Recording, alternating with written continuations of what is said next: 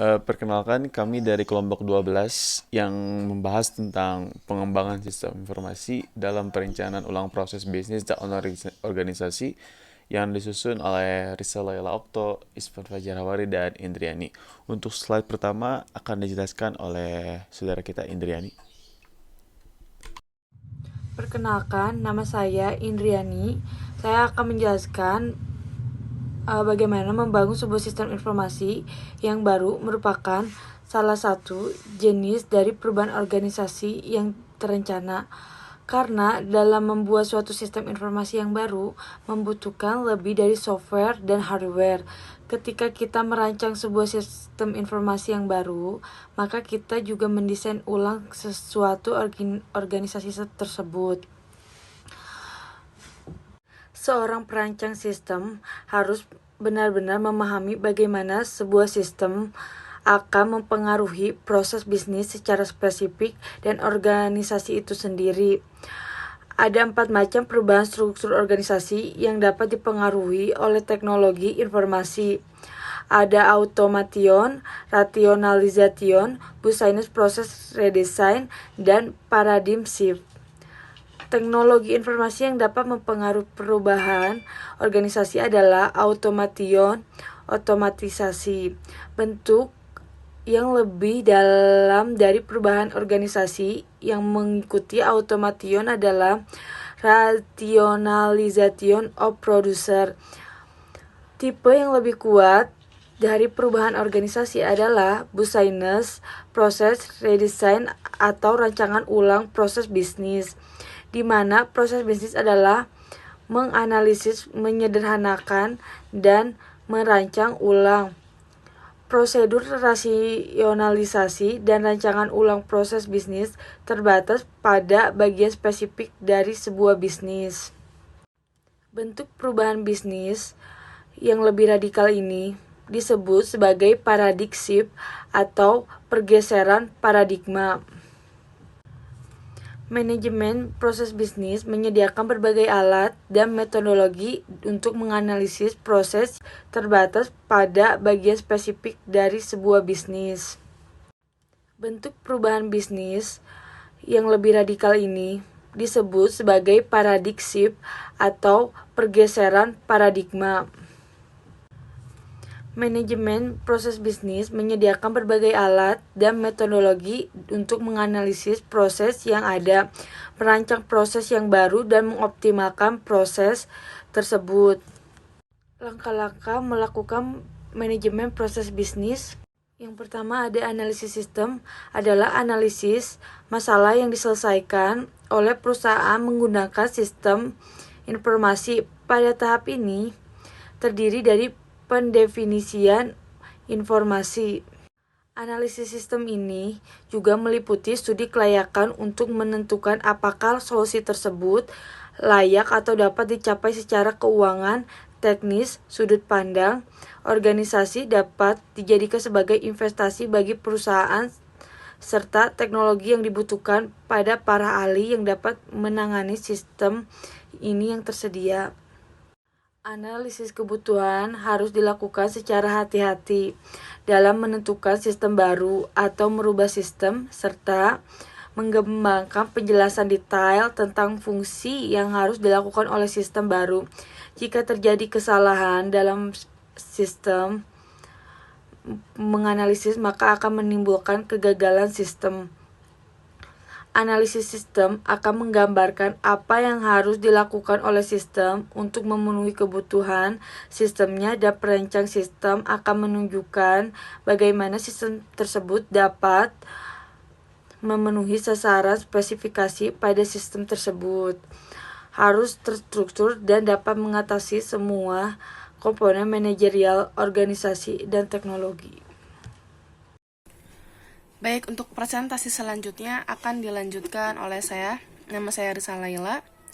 Pada tahap pengembangan sistem ini ada 7 tahapan yang harus dilalui. Yang pertama adalah analisis sistem. Pada analisis sistem ini, masalah diselesaikan oleh perusahaan menggunakan sistem informasi. Pada tahap ini terdiri dari pendefinisian masalah, identifikasi sebab, pencarian solusi, identifikasi kebutuhan informasi yang harus dipenuhi oleh suatu sistem pemecah masalah. Nah, sistem juga meliputi studi kelayakan untuk menentukan apakah solusi tersebut layak atau dapat dicapai secara keuangan, teknis, dan sudut pandang organisasi. Dapat dijadikan sebagai investasi bagi perusahaan, serta apakah teknologi yang dibutuhkan oleh para ahli dapat menangani sistem yang tersedia. Oke, cut. Gue nggak bisa open slide. Mulai. Menentukan kebutuhan informasi meliputi identifikasi mengenai siapa yang membutuhkan informasi tersebut, di mana, kapan, dan bagaimana cara mengakses informasi tersebut. Analisis kebutuhan harus dilakukan secara hati-hati dalam menentukan sistem baru dan merubah sistem, serta mengembangkan penjelasan detail tentang fungsi yang harus dilakukan oleh sistem baru. Jika terjadi kesalahan dalam menganalisis ini, maka akan menimbulkan kegagalan sistem dan serta akan menimbulkan penumpukan biaya dalam pengembangan. Analisis sistem akan menggambarkan apa yang harus dilakukan oleh sistem untuk memenuhi kebutuhan sistemnya, dan perancangan sistem akan menunjukkan bagaimana sistem tersebut dapat memenuhi sasaran. Spesifikasi pada sistem tersebut harus terstruktur dan dapat mengatasi semua komponen manajerial, organisasi, dan teknologi. Setelah itu, maka dilakukan pemrograman. Pada pemrograman, spesifikasi sistem yang telah dirancang lalu diterjemahkan ke dalam software kode program. Lalu dilakukan tahap pengujian. Pada tahap pengujian ini dilakukan untuk memastikan bahwa hasil sistem ini benar atau bebas dari kesalahan.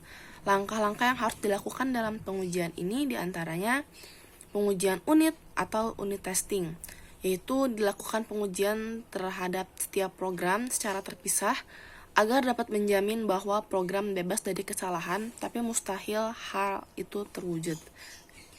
Lalu yang kedua, pengujian sistem atau sistem testing. Dilakukan pengujian pada sistem informasi secara keseluruhan. Hal tersebut dilakukan untuk menentukan apakah seluruh bagian dapat berfungsi secara bersama-sama. Lalu yang ketiga, penerimaan dalam pengujian atau acceptance testing, yaitu memberikan kepastian bahwa setiap sistem siap untuk digunakan dalam situasi produksi barang. Lalu selanjutnya adalah konversi. Nah, tahap konversi ini ada beberapa tahap yang harus dilakukan. Yang pertama, strategi paralel atau paralel strategi. Pengaplikasian secara serempak antara sistem lama dan calon sistem baru selama kurun waktu tertentu sampai fungsi baru telah diyakini telah berjalan dengan baik. Nah, yang kedua, strategi pindah langsung atau direct cutover, yaitu mengganti seluruh sistem lama dengan sistem baru di hari yang sudah ditentukan. Jadi, tanggal dan waktu ini sudah ditentukan oleh teknisinya. Lalu yang ketiga, strategi studi percontohan atau pilot study, yaitu menjalankan sistem baru pada area yang telah ditentukan perusahaan, seperti pada setiap departemen-departemen dalam perusahaan. Lalu yang keempat, strategi pendekatan bertahap atau phased approach, menjalani sistem baru secara lebih bertahap, baik berdasarkan fungsi maupun unit organisasional. Lalu tahapan yang selanjutnya adalah produksi dan pemeliharaan. Pada tahap produksi ini, sistem akan ditinjau oleh pengguna dan spesialis teknis untuk menentukan dan memutuskan apakah sistem ini perlu direvisi atau dimodifikasi. Nah, biasanya ada dokumen yang disiapkan untuk diperiksa pasca implementasi secara resmi. Perubahan hardware, software, dokumentasi, atau prosedur untuk sistem produksi yang berfungsi memperbaiki kesalahan, memenuhi persyaratan baru, atau meningkatkan efisiensi pengolahan, maka itu disebut sebagai pemeliharaan sistem. Terima kasih untuk slide selanjutnya. Dengan seiringnya perkembangan zaman, maka sebuah sistem tentu tidak selamanya dapat digunakan dengan baik. Untuk itu, perlu ada perubahan terhadap sistem tersebut, baik dengan cara memperbaiki sistem yang lama, ataupun jika perlu untuk mengganti sistem tersebut. Ada beberapa hal yang berdasar dari tersebut. Yang pertama, adanya permasalahan dalam sistem lama, adanya untuk meraih kesempatan dan juga adanya untuk ada intrusi atau disruptivitas. Yang ketiga, yang pertama adalah adanya permasalahan dalam sistem lama. Permasalahan yang dimaksud di sini seperti adanya ketidakberesan pada sistem yang lama sehingga hasilnya tidak sesuai dengan yang diharapkan. Contohnya, terdapat kesalahan-kesalahan baik yang disengaja ataupun tidak yang menyebabkan data pada suatu perusahaan tidak dapat terjamin kebenarannya. Adanya kesempatan atau peluang anggota dari sistem tersebut untuk melakukan kecurangan dan juga sebagainya. Maka inilah salah satu alasan kenapa sistem tersebut harus diperbaiki ataupun diganti, karena ada permasalahan dalam sistem tersebut. Yang kedua adalah untuk meraih kesempatan atau opportunity. Sebuah sistem tentunya harus diperbaiki atau dikembangkan juga disebabkan untuk meraih kesempatan. Misalnya, pada tingkat manajer pada sebuah perusahaan dituntut untuk cepat menghasilkan suatu kebijakan agar perusahaan mendapatkan keuntungan yang lebih banyak. Sehingga perusahaan tersebut memanfaatkan sistem pendukung keputusan agar kebijakan didapat lebih cepat. Lalu adanya instruksi, sistem harus diperbarui atau dikembangkan juga disebabkan oleh faktor eksternal seperti pemerintah. Adanya kebijakan-kebijakan pemerintah memaksa sebuah perusahaan menggunakan sistem yang tidak bertentangan dengan kebijakan tersebut. Pengembangan atau pembuatan sebuah sistem tentu tidak memakan biaya yang sedikit, sehingga organisasi harus secara bijak menentukan apakah sistem yang digunakan masih layak untuk dipakai atau sudah harus dikembangkan atau diganti. Beberapa indikator yang dapat digunakan untuk melihat sebuah sistem harus diperbaiki adalah keluhan dari pelanggan, pengiriman barang yang sering tertunda, pembayaran gaji yang terlambat, ketidakberesan keuangan, persediaan barang yang terlalu tinggi, dan juga investasi yang tidak efisien. Begitulah untuk presentasi dari kelompok 12. Mohon maaf bila banyak kekurangan. Assalamualaikum warahmatullahi wabarakatuh.